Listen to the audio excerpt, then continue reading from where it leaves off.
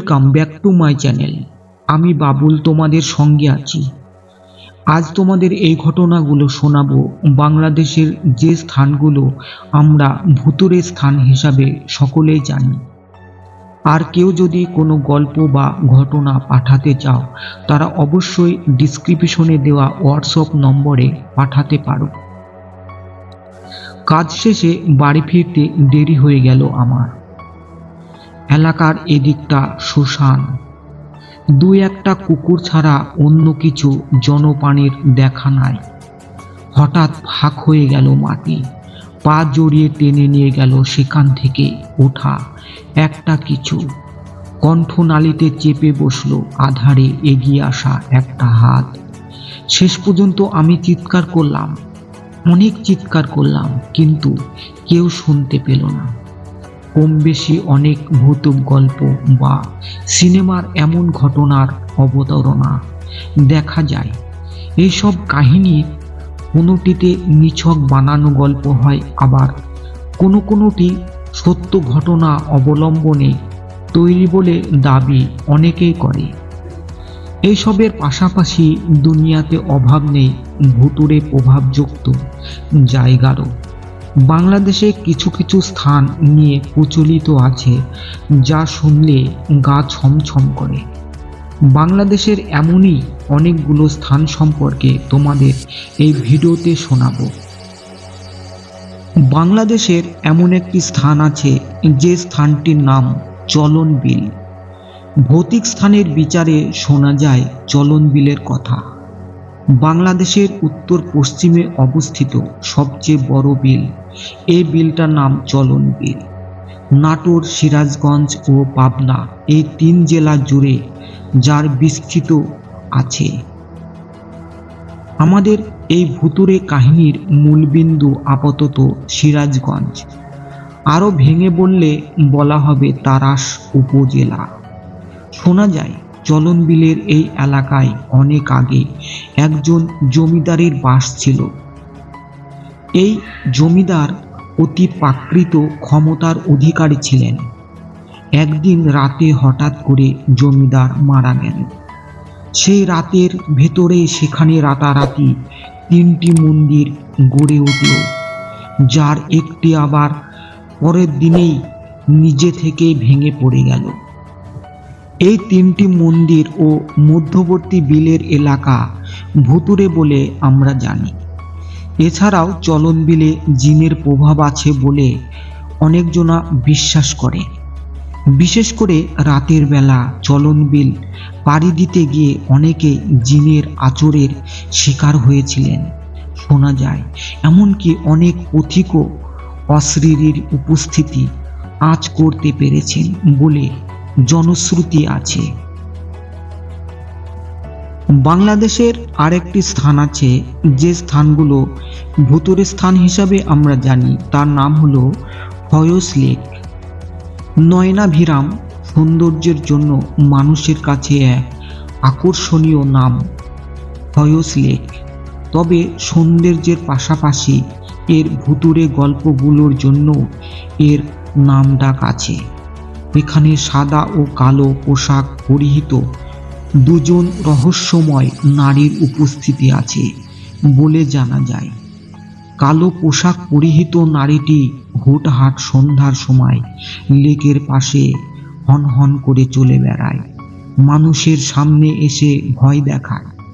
সাদা পোশাক পরিহিতা নারীটি সেই তুলনায় বেশ ভালোই বলতে হয়, কেননা কালো পোশাক পরিহিতার মাধ্যমে বিপদে পড়তে যাওয়ার আগে সে মাঝে মাঝে মানুষকে সাবধান করে দিয়ে যায়। আসলে কি রহস্য লুকিয়ে আছে ওই পাহাড় ঘেরা এলাকায় তা কেউই আমরা জানি না। তবে ধারণা করা যায় জীবনদশায় কালো পোশাক পরিহিতা নারীটি ভালো মানুষ ছিল না। বাংলাদেশের আরেকটি স্থান আছে, সেই স্থানটার নাম হলো লালবাগ কেল্লা। এটাও আমরা ভুতুড়ে স্থান হিসাবে গণ্য করে থাকি।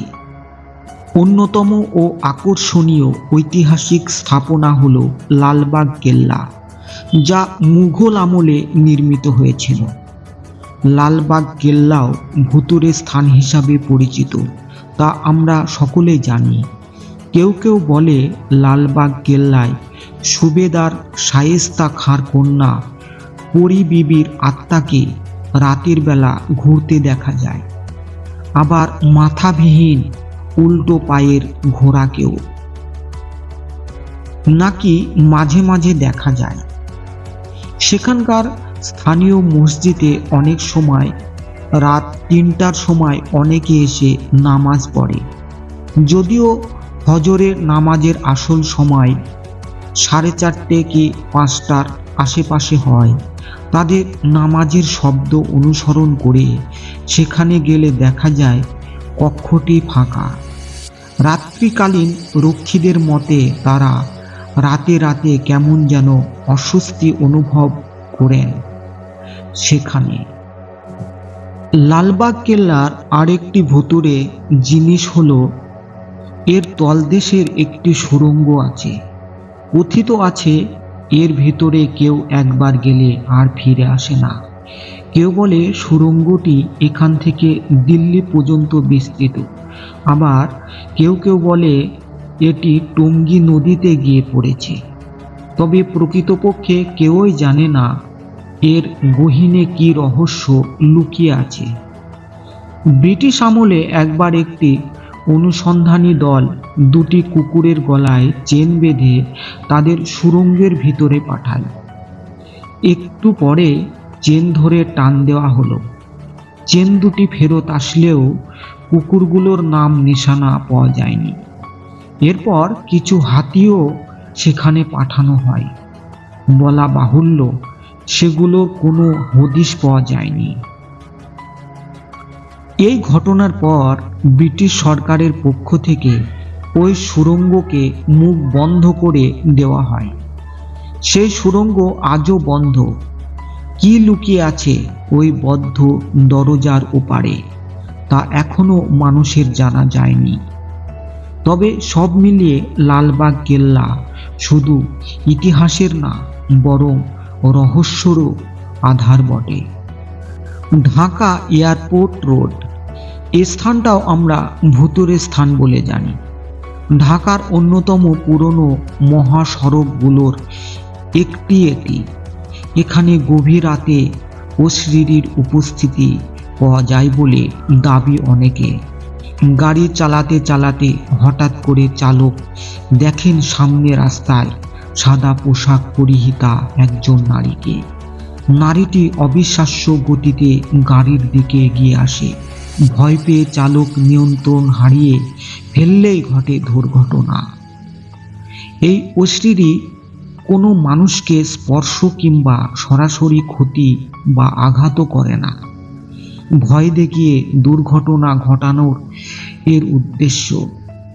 কাজেই ভয় পেয়ে গাড়ির উপর থেকে নিয়ন্ত্রণ না হারালে ঘটবে না কোনো দুর্ঘটনা।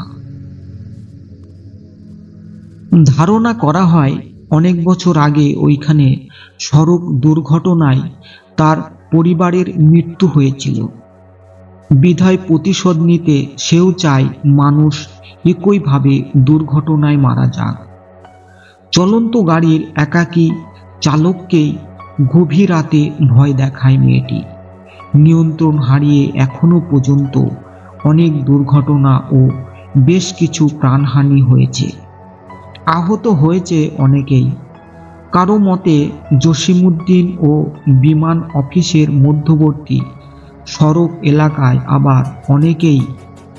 আবার অনেকের মতে নিকুঞ্জ ও বিমান অফিসের মধ্যবর্তী সড়ক এলাকায় দেখা পাওয়া যায় এই অশরীরী। তবে দিনের বেলা সেখানে এর কোনো দেখা পাওয়া যায় না। বাংলাদেশের আরেকটি স্থান ভুতুড়ে স্থান, সেই স্থানটির নাম হলো প্যাকিং বিচ। এটা চট্টগ্রামে অবস্থিত। লম্বায় প্রায় 15 কিলোমিটার, 300 থেকে 350 ফুট চওড়া এবং 20 কিলোমিটার ঝাউনযুক্ত এই সৈকতটি অত্যন্ত ময়নাভিরাম প্রাকৃতিক সৌন্দর্যের অধিকারী। এই অনিন্দ্য সুন্দর সমুদ্র সৈকতকে ঘিরেও প্রচলিত আছে ভৌতিক কাহিনী। প্রথমত, সেখানে কিছু এলাকায় অদ্ভুত পদশব্দ, চিৎকার ও ভুতুড়ে আওয়াজ শুনতে পাওয়া যায়। অনেক পর্যটক ও স্থানীয় ব্যক্তি কৌতূহলবশত অনুসরণ করে এইসব শব্দের উৎস খুঁজে বের করবার চেষ্টা করলেও প্রকৃতপক্ষে কোনো উৎসই খুঁজে পাওয়া যায়নি। অনেক সময় মনে হয় শব্দগুলো পানির ভিতর থেকে আসছে, আবার কখনো সেটি পার্শ্ববর্তী বন থেকে আসছে বলে মনে হয়। শব্দগুলো যেন কৌতূহলী মানুষকে পানিতে টেনে নিয়ে যেতে চায়। সেখানে পর্যটক হিসাবে আগত এক দম্পতির মতে বিকালে সূর্যাস্তের পর সন্ধ্যাকালীন ভ্রমণের সময় তাদের দুজনেরই মনে হচ্ছিল কোনো অশরীরী তাদের উপর চোখ রাখছে। তাদের এই অনুভূতি তাদের থাকার স্থানে ফেরার আগ পর্যন্ত হয়েছে। এছাড়াও গভীর সাগরে নৌকা সহ এক বুড়ো নাবিকের দেখা মেলে। কখনো একজনের, আবার কখনো বা অনেকেই তাদের নৌকা নিয়ে গভীর সাগরে যেতে দেখা যায়, কিন্তু প্রকৃতপক্ষে এরা কেউই মানুষ না।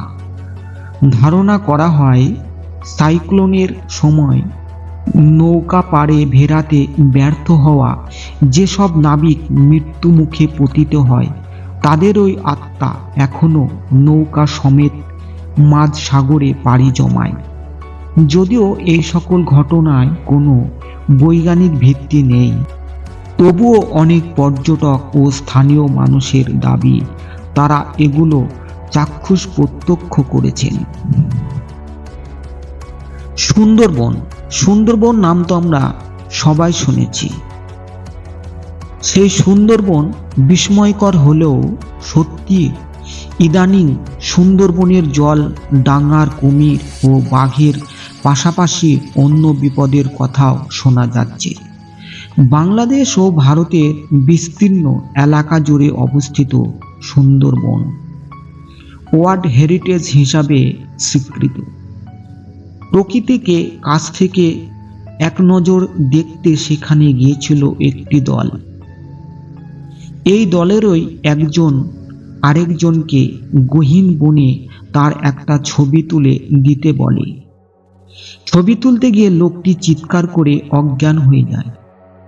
এই ঘটনার দুদিন পর একটি মেডিকেল কলেজ হাসপাতালে লোকটির হার্ট অ্যাটাকে মারা যায়। তোলা ছবিটি ডেভেলপ করার পরে যার ছবি তোলা হচ্ছিল তার পিছনে সাদা রঙের আবছা নারী মূর্তি দেখা যায়। যদিও অনেকেই পুরো ঘটনাকে গুজব হিসাবে উড়িয়ে দিচ্ছেন এবং ওই ছবিটিকে ফটোশপের কারসাজি বলে অভিহিত করেছেন। উল্লেখ আছে যে আর কোনো সুন্দরবনগামী দলের সাথে এরূপ হয়নি। সুন্দরবন নিয়ে অনেক স্থানীয়দের মধ্যে প্রচলিত আছে যে মৃত বাঘের আত্মারা নাকি গভীর জঙ্গলে ঘুরে বেড়ায়। পৃথিবীর সর্ববৃহৎ ম্যানগ্রোভ বনকে ঘিরে প্রকৃতির পাশাপাশি অপ্রাকৃতিক কিছু গল্প জুড়ে গেছে। এইভাবে যদিও এর সত্যাসত্য নিয়ে সন্দেহ আছে। বাংলাদেশের আরেকটি স্থান আমরা ভুতুড়ে স্থান হিসাবে জানি। সেই স্থানটির নাম হলো কুয়াকাটা বিচ। সাগরকন্যা হিসাবে অভিহিত সৌন্দর্যের লীলাভূমি কুয়াকাটা। কুয়াকাটা সমুদ্র সৈকত দক্ষিণ এশিয়ার একমাত্র সমুদ্র সৈকত, যেখান থেকে সূর্যোদয় ও সূর্যাস্ত দুটি আমরা দেখতে পাই। 20 কিলোমিটার লম্বা ও 6 কিলোমিটার চওড়া এই সৈকতকে ঘিরে নানা ভুতুড়ে কাহিনী প্রচলিত আছে। মুইশুলি পাড়ার বাসিন্দা পিতা ও পুত্র মাছ ধরতে ও জ্বালানি কাঠের ব্যবস্থা করতে গঙ্গা মাটির গহীন জঙ্গলে গিয়েছিল। সাগরে যেহেতু সুপেয় পানি নেই, তাই তৃষ্ণা নিবারার্থে তারা মাটি খুঁড়তে শুরু করে। সুপেয় পানির আশায়। একসময় তাদের কোদাল শক্ত কিছুতে আঘাত করে। তারা সোনালী আবরণের একটি কাঠের জার এবং কিছু কারুকাজ করা সোনার পাত খুঁজে পান। আরও খোঁড়াখুড়ি করার পর তারা বালিতে গেঁথে থাকা সোনা ও ধনরত্ন বোঝাই পুরনো একটি নৌকার হদিশ পান। সূর্য অস্তের সময় প্রায় হয়ে যায়। সেদিনকার মতো কাজে ক্লান্ত হয়ে যায় তারা। ফিরে যাওয়ার সিদ্ধান্ত নেন তারা। পরদিন ভোর সকালে এসে আবার কাজ করবেন ভেবে সেদিনের মতো তারা সেখান থেকে চলে যান।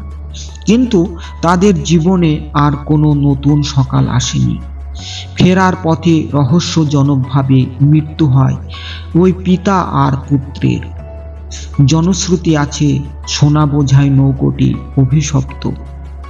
যেই তার অনুসন্ধান করবে অপঘাতে মারা পড়বে সে। আরও কিছু ঘটে যাওয়া ঘটনা স্থানীয়দের এই বিশ্বাসকে মজবুত করেছে। এমনও বলা হয় সেই পিতা পুত্রের আত্মা হিংসাবশত সেখানেই রয়ে গেছে নৌকাটি পাহারা দেওয়ার জন্য। তাই ওইদিকে, এমনকি ওই দিকের কোনো রাস্তা দিয়ে কেউ গেলেও তাদের ছায়ামূর্তি বিভিন্নভাবে ভয় দেখাবার চেষ্টা করে। অন্য একটি ঘটনা একটি মন্দিরকে ঘিরে। মিশ্রিপাড়ায় অবস্থিত 21 ফুট উঁচু বৌদ্ধ মন্দিরটির উপর অশুভ কিছুর প্রভাব আছে বলে শোনা যায়। রাস পূর্ণিমা ও মাঘী পূর্ণিমায় সাগর জলে স্নান করতে আসা মানুষের মতে মন্দিরটি অভিশপ্ত এবং অতৃপ্ত ও অপঘাতে মারা যাওয়া আত্মারা নির্দিষ্ট রাতে ওখানে এসে শয়তানের পূজা করে। এইভাবে বুদ্ধের বিরোধিতা করে তারা। যদিও অনেকে এটিকে গুজব ভাবেন, তবে এই ধারণাটি অনেক বছর পুরনো। কুয়াকাটা সৈকতের একটি অংশ রেখেই বস্তির মাধ্যমে অভিশপ্ত বলে শোনা যায়।